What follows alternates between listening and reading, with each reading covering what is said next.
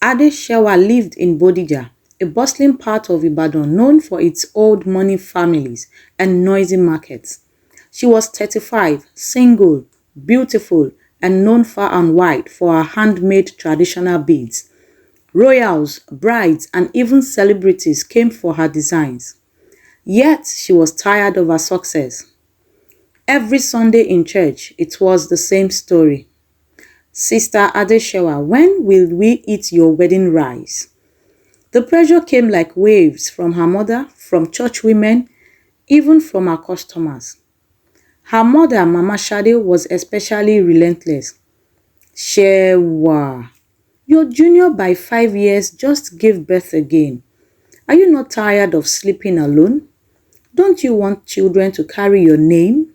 Adesewa smiled politely, but inside, her heart burned with shame, anger, and confusion.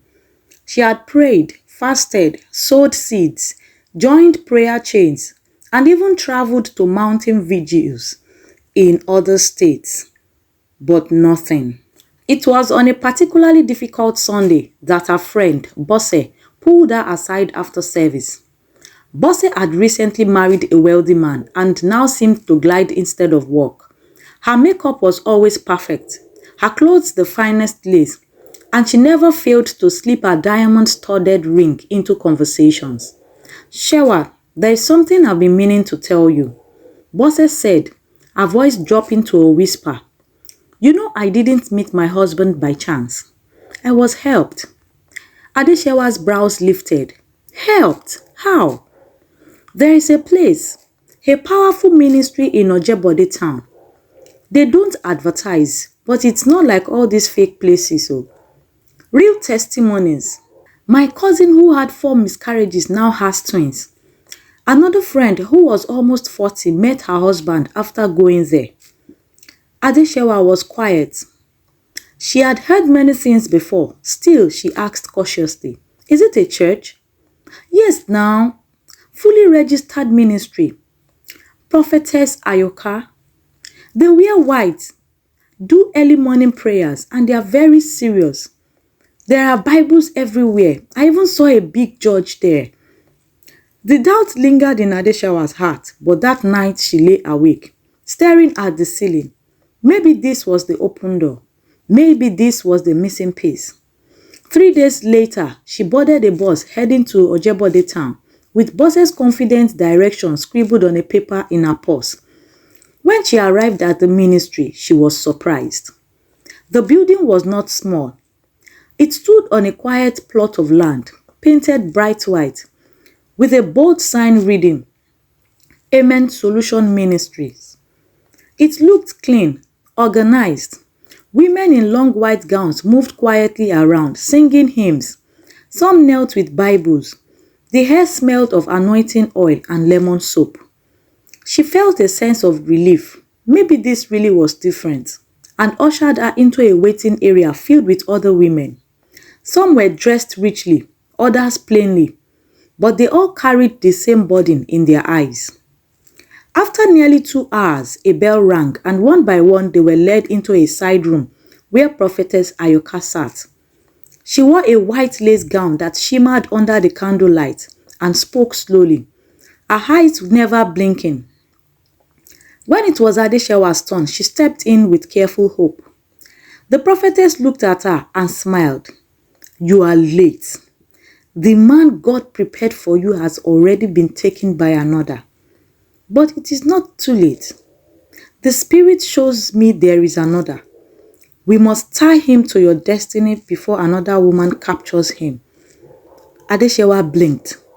Tie? How? Through a bead covenant. The Lord is mysterious. Some doors require blood.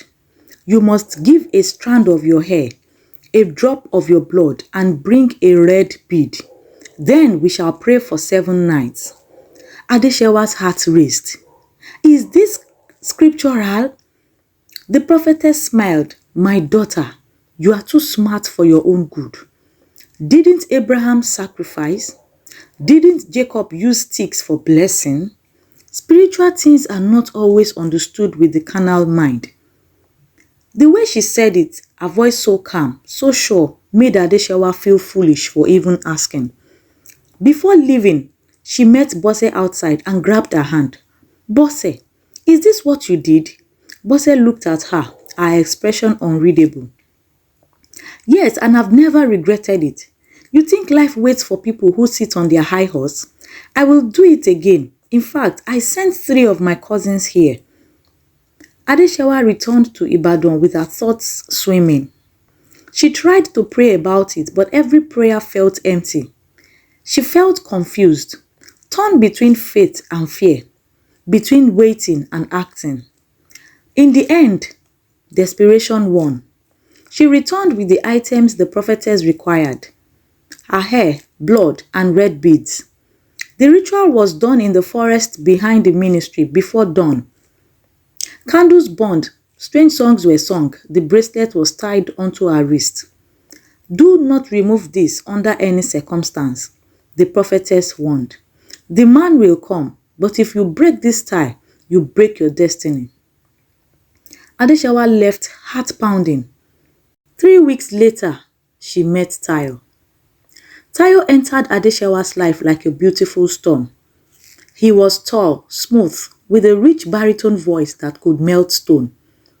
They met at the trade fair in Lagos, where Adesewa had gone to display her bead designs. He walked in wearing a navy blue agbada and designer shoes, stopping right in front of her stand like fate had planned it. You made this? He asked, pointing at the coral bead necklace. Yes, she replied, unsure whether to smile. You must be a queen in disguise. Adesewa laughed shyly, his compliments weren't forced. His presence felt like honey. He didn't waste time. The next day, he found her on Instagram. That same week, he visited her shop in Ibadan, saying he was just passing through. He brought her flowers. The next time, a gold wristwatch. His attention was intense and intentional. Within 3 weeks, he told her, I want to marry you. Let's not waste time. Adesewa was stunned, flattered, unsure. You don't even know me well, she whispered one evening. Tayo looked her straight in the eyes. I don't need time to recognize gold. And there it was. Her heart melted. She thought, maybe the bead worked. Their engagement was quiet. Tayo didn't want anything elaborate. No traditional ceremony. My people are very private, he said. We'll do registry and church blessing. My pastor said it's best to avoid village spirits. Adesewa raised questions once, but he always had convincing answers. She met his parents, a gentleman and woman who smiled politely and prayed for her. She didn't know their real names. The wedding happened quick, quiet, simple. Adesewa's mother protested, but Tayo calmed her. I'll take care of your daughter, he said, smiling, like the crown jewel that she is. She moved to Abuja, shutting down a bead shop temporarily. Tayo promised he would help her reopen a bigger one. But days turned to weeks, nothing happened. He wouldn't let her leave the house alone. He monitored her phone. He demanded passwords, and he said it was love. Then he began insulting her. You can't cook, he snapped one day, throwing her food away. What were you doing all those years? Bidding rubbish instead of learning how to take care of a man. She cried. He mocked her tears. You think crying will bring pity? Nobody is coming to save you, Adesewa. Then came the blows, slaps, punches, pulling her hair, throwing her across the room. Her screams were swallowed by the thick cement walls of their estate. One day she ran out of the house to report to his parents. She arrived at the address he once gave her in Lagos, only to find a shuttered gate and an empty compound. No one like that ever lived here, said a security man. Confused and scared, she returned to Abuja. She tried to report to the police. They came, arrested Tayo, but the next day he walked in through the door with a smirk. You think you are smart, he sneered. My cousin is the DPO. That night, he broke her ankle with the metal leg of a chair. Days passed, pain made her weak. She crawled to the kitchen when hungry. Tayo barely fed her. Her phone was gone, hope gone too. But one day, a small knock came at the door. Sister, it is me, your neighbor, Mrs. Uche. Adesewa dragged herself across the floor and peeked through the window. I've been watching, Uche whispered. You are not safe. If you want to escape, no though. Adesewa nodded, tears flowing. That night, when Tayo left to drink with friends, Uche returned with her two brothers. They carried Adesewa like a wounded soldier, wrapped her in a bedsheet and rushed her to a small private clinic nearby. They told no one. 2 weeks later, Adesewa was back in Ibadan, silent, broken, but breathing. Her mother cried when she saw her. What did this man do to you? What did we do to deserve this? Adesewa didn't speak for days. She just stared.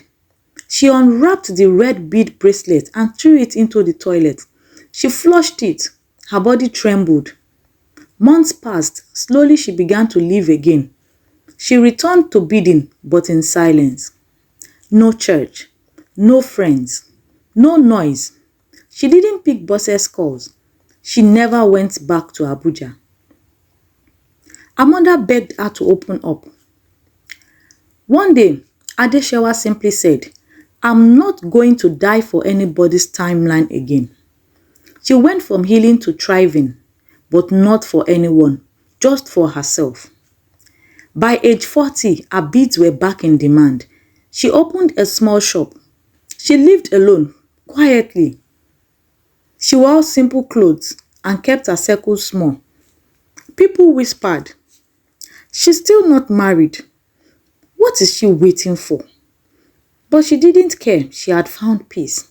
She would often sit under the mango tree behind her house, stringing beads while birds chirped over her. It was a Sunday morning. Adesewa had stayed home again. She didn't go to church anymore. Instead, she spent Sundays watering her small backyard garden and sitting quietly under the mango tree with her Bible and some beadwork. That day, it started to rain lightly, drizzles dancing on the roof. She moved her mat closer to the veranda and kept stringing her garnet beads, humming an old hymn her grandmother used to sing. Then she heard a knock on her gate. Not a loud knock, just 3 gentle taps. Ko, ko, ko. She paused. Who comes in the rain? She opened the door cautiously. Standing at the gate was a tall, tired-looking man, drenched, holding a leather bag and a confused smile. Good morning, ma, he said, almost embarrassed. Sorry, please, I'm not a beggar. I was just wondering if I could rest a little. I've been walking since. My car broke down and I lost my wallet. Adesewa stared at him, unsure. Something about him didn't look like a liar. He noticed her hesitation and raised his hand slightly. I understand. This looks strange. I promise, I'm not mad. My name is Kolapo, an engineer. I came for a job inspection nearby and everything just scattered. I just need a bit of rest. You can lock your gate. I'll sit outside. She studied him for a moment longer, then opened the gate. Sit there, she pointed at the plastic chair under the guava tree. He smiled. Thank you. She went back inside but kept picking. After an hour, she brought him warm pap and akara, silently placing it on a stool near him without a word. He looked at the food like it was gold. He bowed. God bless you, ma. She didn't reply. She just nodded and went back inside. The next day, there was a note by her gate. Thank you for your kindness. I fixed my car and found my phone. If you ever need electrical work or anything fixed, please call me, Kolapo. Underneath was a phone number. She smiled faintly, folded it and kept it in her Bible. She didn't call him. But 2 weeks later, our workshop generator stopped working. Our usual technician was unreachable. She remembered the note. She almost tossed it away, but something told her to try.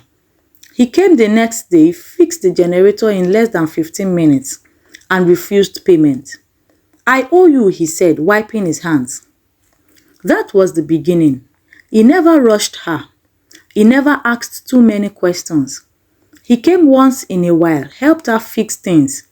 They would sit in silence, talk gently, laugh a little. She didn't even know when she began to wait for him. It was her 44th birthday. No party, no fanfare, just a small red velvet from her apprentice and soft off-key singing in her shop. Adesewa smiled, but inside the day felt like every other. Quiet, a little heavy. She returned home late, the sky already deep orange as she unlocked the door. She noticed something unusual on her doorstep. A flat brown box wrapped in newspaper, tied with thin raffia ribbon. There was no name, just a card tucked under the string. She picked it up slowly, unfolded the card. The handwriting was neat and careful. For the woman who offered pap to a stranger and peace to a weary soul, happy birthday, you are seen. K. Her hands trembled slightly as she opened the box. Inside was a custom-made wooden bead tray, smooth, hand-carved, polished to perfection. On its side, a business name was engraved in fine strokes, Shewa Beads, beauty from ashes. She sat down on her front step, eyes stinging with tears. This wasn't just a gift, it was a recognition, a reminder that someone saw her, not as a pitiful woman or a cautionary tale, but as a craftswoman, a giver, and a rebuilder.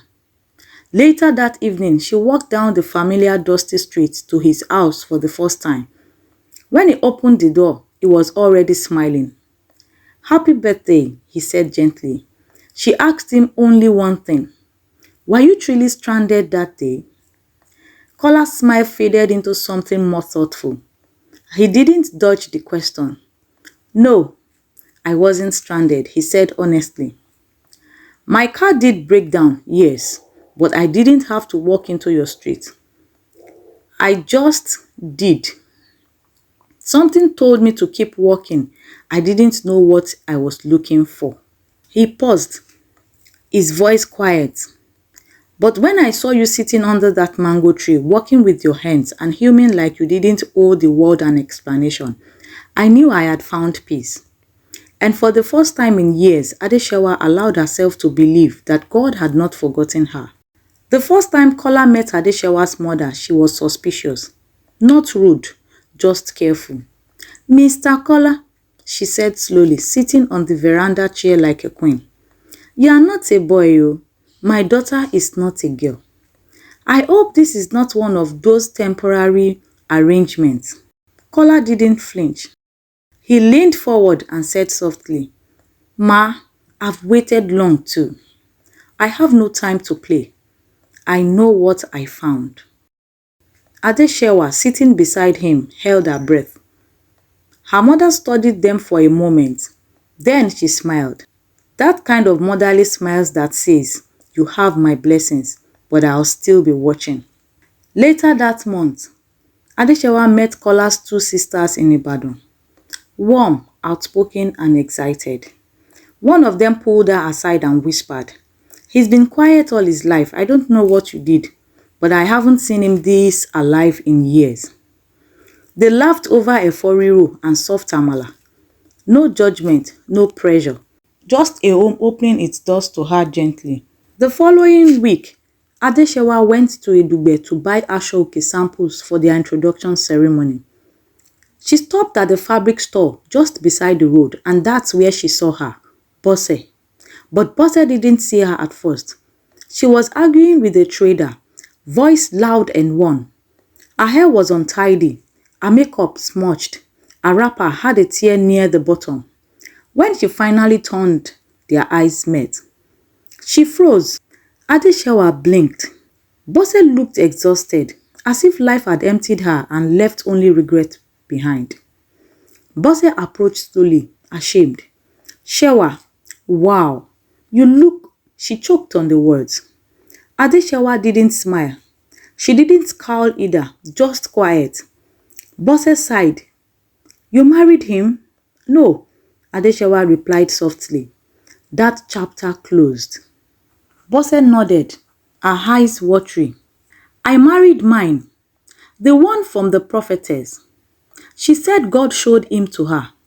We did everything she said. Every bath, every fast, and every seed. He beat me on our honeymoon, took my money, and left with my younger cousin. Prophetess stopped picking my calls 2 weeks later. Adesewa felt a lump in her throat. I should have listened when you left, Bose whispered. I thought you were just being stubborn. But the devil's gifts don't last. They shimmer, then they destroy. For a second, they both stood in silence, the noise of Dugbe market fading behind them. Adesewa reached into her bag and pulled out a bottled water. Take care of yourself, she said, handing it to her. No judgment, no bitterness, just compassion. She turned and walked away, leaving Bose behind with tears and a taste of what could have been. The engagement was simple. A few trusted friends, immediate family, no village hall, no flamboyance, just Yoruba tradition and joyful moments. Kola's uncles danced with small talking drums. Adesewa's mother wore her best lace and tied her gele with pride. Someone made a toast with malt and zobo. When Kola brought out the ring, he didn't kneel. He simply took her hand and looked into her eyes. Everything you thought you lost, God kept it. Shewa, I'm not your reward. I'm just a sign that he never left. She nodded, blinking back tears. And I'm no longer afraid of waiting, because waiting made me whole. It rained softly on their wedding day. Not heavy, just blessing rain. Showers of mercy. They stood under a floral arch in a small garden hall in Ibadan. As the officiating minister asked, there was no crowd, just selected people, safe voices, honest faces. Do you take her? Kola didn't wait. He said, I do, with a smile so steady, it made even the cameraman whisper, Chai. And when Adesewa said, I do, the clouds parted slightly. The sun broke through, just enough to fall on her face. A quiet light, God's light. Thank you for watching. I hope you enjoyed the story. Do well to like this video, share to your loved ones, and if you haven't subscribed to this channel, why not? Hit the subscribe button and expect more intriguing and exciting stories. Thank you. Bye.